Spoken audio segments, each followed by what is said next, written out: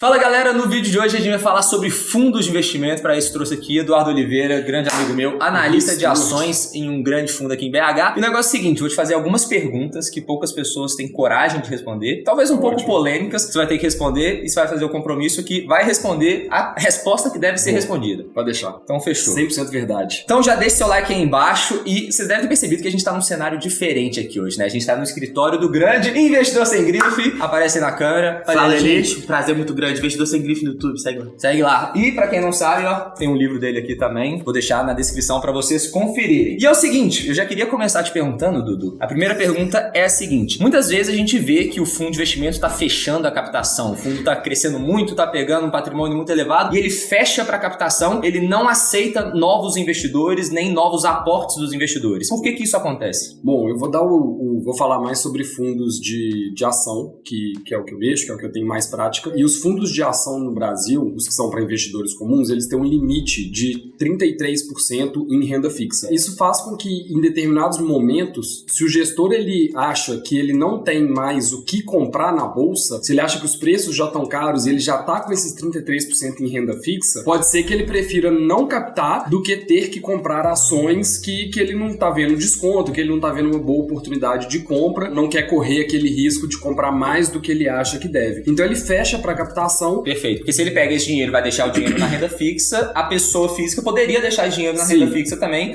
E deixar o dinheiro na renda fixa no longo prazo pode ser que atrapalhe o resultado do fundo, atrapalhe o resultado da cota no final do período. Né? Sim, porque ele não consegue distinguir a cota do que é daquele dinheiro novo que está entrando e do dinheiro que já estava no fundo. Então, a partir do momento que entra mais dinheiro no fundo e esse dinheiro fica na renda fixa, é como se o gestor estivesse comprando renda fixa para todos os cotistas, os novos e os antigos na mesma proporção. Então, por exemplo, um fundo que tem 33% na renda fixa, você tem que pensar que 33% daquele fundo, entre aspas, não está rendendo, ou está rendendo o que rende a renda fixa. Hoje em dia está muito, mas quando a renda fixa estava 2%, por exemplo, não rendia, entre aspas, assim, quase nada. E isso, por exemplo, dificulta um fundo que tem que bater o benchmark, que é o Ibovespa, porque você tem 33% ali do dinheiro que já está zerado. Então é como se ele estivesse jogando com 67% só. E ainda tem aquele fator que é o seguinte, quando o fundo ele vai crescendo muito, ele vai pegando um patrimônio muito elevado, o universo de empresas que ele tem capacidade de investir vai reduzindo também. Porque se ele tem lá um patrimônio de 1 bilhão e ele vai colocar 10% em uma determinada ação, isso é 100 milhões. Então ele teria que fazer uma movimentação ali na bolsa de 100 milhões. Só que se uma determinada empresa movimenta 20 milhões por dia, essa empresa é meio que inviável dele colocar naquela proporção. Então esse universo de empresas menores, as small caps, por exemplo, que podem dar um potencial de valorização, de retorno muito maior, essas empresas saem do radar do fundo porque ele não tem a capacidade mais de comprar. Ele precisaria ficar 5, 10 dias só para montar e depois para desmontar a posição. Então se a empresa começa a despencar, por exemplo, ele não tem essa agilidade para poder minimizar esse prejuízo, né? Sim, isso é uma coisa que define muito bem, às vezes, qual que é o PL que aquele gestor quer ter sobre gestão. Um exemplo aqui, a bolsa, as empresas todas da bolsa brasileira, elas têm um valor de mais ou menos $1 tri, enquanto só a Apple lá nos Estados Unidos vale 2,4 trilhões de dólares. O valor de mercado de todas as empresas aqui no Brasil somados, é metade do valor de mercado só da Apple. Só da Apple. Então, isso mostra o quanto que a bolsa brasileira ela é limitada em se tratando de liquidez. De quantidade de empresas, mas de liquidez também. Então, por exemplo, o gestor que ele concorda ali em pagar o resgate em D mais 5, D mais 10 dias, por exemplo, ele tem que ter essa segurança de ter empresas com liquidez para poder pagar esses resgates, enfim, qualquer movimentação que ele precise fazer. E aí, vamos supor, você tem poucas empresas aqui no Brasil hoje que te dão uma liquidez muito boa. E aí entra a questão da concentração. Então, por exemplo, beleza, o gestor ele pode até ter liquidez em Itaú, Petrobras, Bradesco, Vale, nas maiores empresas, mas ele também não necessariamente quer ter ações dessas empresas e não necessariamente quer concentrar nessas empresas. Então chega num limite, ele chega num limite que para ele é um limite de exposição a essas empresas e tem que começar a olhar para empresas menores, isso vai limitar também a quantidade que ele consegue investir. E não só essa questão da liquidez, mas a partir de 5% que você detém daquela empresa, por exemplo, você já tem que divulgar fato relevante. E aí você já ganha a possibilidade de estar no conselho de administração, já pode talvez ser responsabilizado por certas coisas que acontecem na empresa, por ter uma participação relevante. E às vezes o gestor não quer essa visibilidade toda, não quer influenciar na gestão da empresa e tal. E aí ele fica limitado ali a ter só 4,99% daquela empresa, por exemplo. Se é uma empresa menor também, isso já é um valor muito pequeno comparado com o todo do fundo. Exatamente. Então, quanto maior o PL do fundo, principalmente se tratando do universo assim, Brasil, do cenário de empresas hoje da Bolsa Brasileira, se tratando de um PL muito grande, isso realmente limita muito a vida do gestor. Essa era, inclusive, a segunda pergunta que eu ia fazer sobre qual que é esse limite, se existe algum cálculo, algum indicador para definir, olha, nosso limite é ter um patrimônio de 800 milhões, de 1 bilhão ou de 10 bilhões. Existe um cálculo para isso? Em termos de norma, sim, não existe um cálculo que seja obrigatório, mas todo fundo é obrigado a informar para a CVM o índice de liquidez daquele fundo, que é quanto da posição daquele fundo ele consegue liquidar em 1, 2, 5, 10, 20, 30 dias, enfim, os dias certinhos me fugiram aqui, mas é mais ou menos isso. Ou seja, em quanto tempo o fundo consegue vender todas as suas posições? Na verdade, em um dia útil, quantos por cento do fundo ele consegue vender nesse dia? Em até 5 dias, quantos por cento do fundo? O próprio gestor, a própria gestora podem determinar, olha, eu quero que em 5 dias eu tenha 100% de liquidez. Pronto, ali ele já tem um limite. E ele pode falar também, por exemplo, em um dia, para não mexer muito no preço do papel, eu não quero ser mais de 20% da negociação daquele papel naquele dia. Então ele tem mais ou menos a média do volume do papel no dia, ele sabe que ele pode negociar 20% daquilo por dia, e esses 20% vezes 5, como ele quer ter 100% de liquidez em 5 dias, é a posição máxima que ele pode ter naquela empresa. Isso então, é um cálculo. Se a empresa não tem o valor de mercado e a liquidez daquele montante necessário, já sai do radar. Exatamente. E aí não só valor de mercado tem uma relação sim com o volume, mas não é a única coisa que define. Uma empresa que tem um valor de mercado enorme, mas tem um free float, ou seja, as ações que são de fato negociadas em bolsa, é muito pequeno, então só 5% das ações são negociadas em bolsa. Então, por mais que a empresa possa ter um valor de mercado enorme, a quantidade que negocia na bolsa é pequena. Isso vai resultar em um volume de negociação pequeno. Então, em se tratando de liquidez, é mais o volume de negociações diário do que, de fato, o valor de mercado da empresa. Perfeito. E tem outra pergunta que eu queria fazer, que é o seguinte: muitos dos melhores fundos que a gente tem aqui no Brasil, alguns dos melhores fundos aqui no Brasil, têm um investimento mínimo muito elevado. A gente tem vários fundos com investimento mínimo de R$500, R$1.000, só que existem alguns que têm 10 mil, 100 mil, 300 mil, até R$1 milhão como investimento mínimo. Ou seja, se você não tem capacidade de investir essa quantia ali logo de cara, você não consegue colocar o seu dinheiro naquele fundo para ter a gestão daquele gestor específico. Tem alguma estratégia por trás disso de definir um investimento mínimo tão elevado? E por que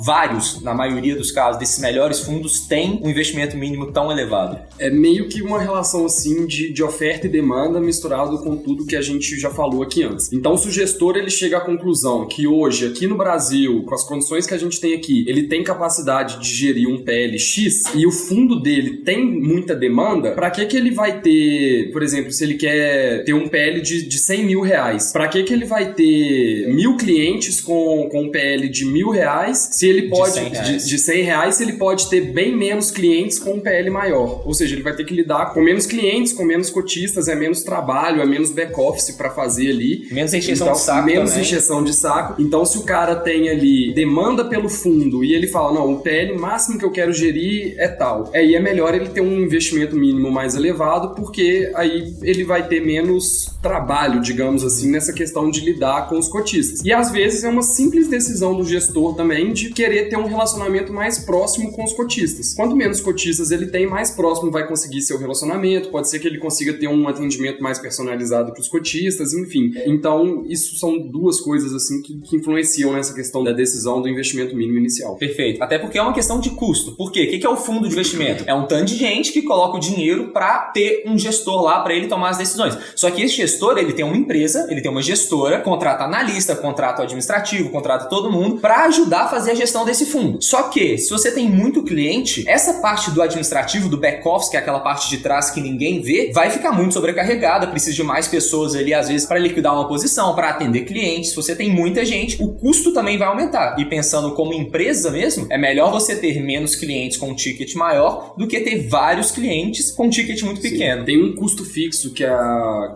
gestora paga, que é pelo número de cotistas. Então, independente se aquele cotista movimenta ou não, enfim, só dele ser cotista do fundo, a gestora tem que pagar um valor para os prestadores de serviços do fundo tratarem, lidarem com aquele cotista. Então, quanto menos cotistas ele tem, menor ele vai pagar, por exemplo, exemplo, dessa taxa fixa. Isso aí aumenta a margem no final do dia, né? E antes de falar, a última pergunta que eu tenho aqui pro Dudu, já deixa seu like aqui embaixo se você tá gostando desse vídeo e comenta até o fim se você chegou até esse momento do vídeo. Dudu, a última pergunta é a seguinte: a gente, quando compra um fundo de investimento, a gente já tá lá comprando uma carteira que o gestor está cuidando. Então, às vezes o gestor tem lá 5, 10, 15 ações dentro da carteira e já é uma carteira minimamente diversificada. Quando eu compro um fundo de investimento, é interessante eu já diversificar em outros fundos de investimento também? Ou aquele fundo de investimento, por já ser diversificado, já é o suficiente? Então, aí eu acho que vai muito do seu perfil como investidor e da confiança que você tem no gestor e no fato de você entender o que é aquele fundo que você está investindo. Se você tem, por exemplo, um fundo de ações que investe só em small caps, você não vai ter uma carteira diversificada, porque tem determinados fatores da economia, enfim, que esses fatores eles vão atingir todas as small caps de uma mesma maneira, de uma maneira semelhante. Então, se um desses fatores acontece, por exemplo, e isso joga as small caps de forma geral para baixo, todo o seu dinheiro, se você só tiver dinheiro naquele fundo, vai estar em small caps. Tem outros gestores que gostam muito de investir, por exemplo, em commodities. Então, investem nessas grandes empresas, a Petrobras, Vale, empresas de commodities, que o Brasil é um grande exportador, tem muitas aqui na bolsa, e aí esse gestor ele foca muito nessas empresas. Então, se você investir só nesse fundo, qualquer choque que você tenha nas commodities, o seu dinheiro todo inteiro vai estar sujeito a essas commodities. Você tem fundos de investimento no exterior, que investem em ações lá fora. É a mesma coisa, se acontece qualquer coisa que impacta os investimentos lá, você vai ter um problema com o seu dinheiro. Da mesma forma que tem gestores e tem fundos que a própria carteira do fundo já é diversificada. É muito importante, na hora de escolher um fundo, você não olhar só para a rentabilidade passada, para qual tem a menor taxa de administração, para essas coisas que saltam mais à vista do investidor, e você procurar saber qual que é a carteira daquele fundo, como foi construída essa carteira ao longo dos últimos anos, qual que é o gestor pensa, como que o gestor pensa, o que ele acha de empresas menores, o que ele acha de empresas de commodities, qual que é a estratégia dele, né? Qual que é a estratégia dele. E aí, se a estratégia dele já for uma estratégia mais diversificada, pode ser sim que um fundo só atenda a parcela da sua carteira que está investida em ações. Se o gestor tiver uma estratégia muito focada em algum cenário assim menor, provavelmente você não vai ter uma carteira diversificada investindo só naquele fundo, por mais que ele possa ter 10, 15 ações. Se forem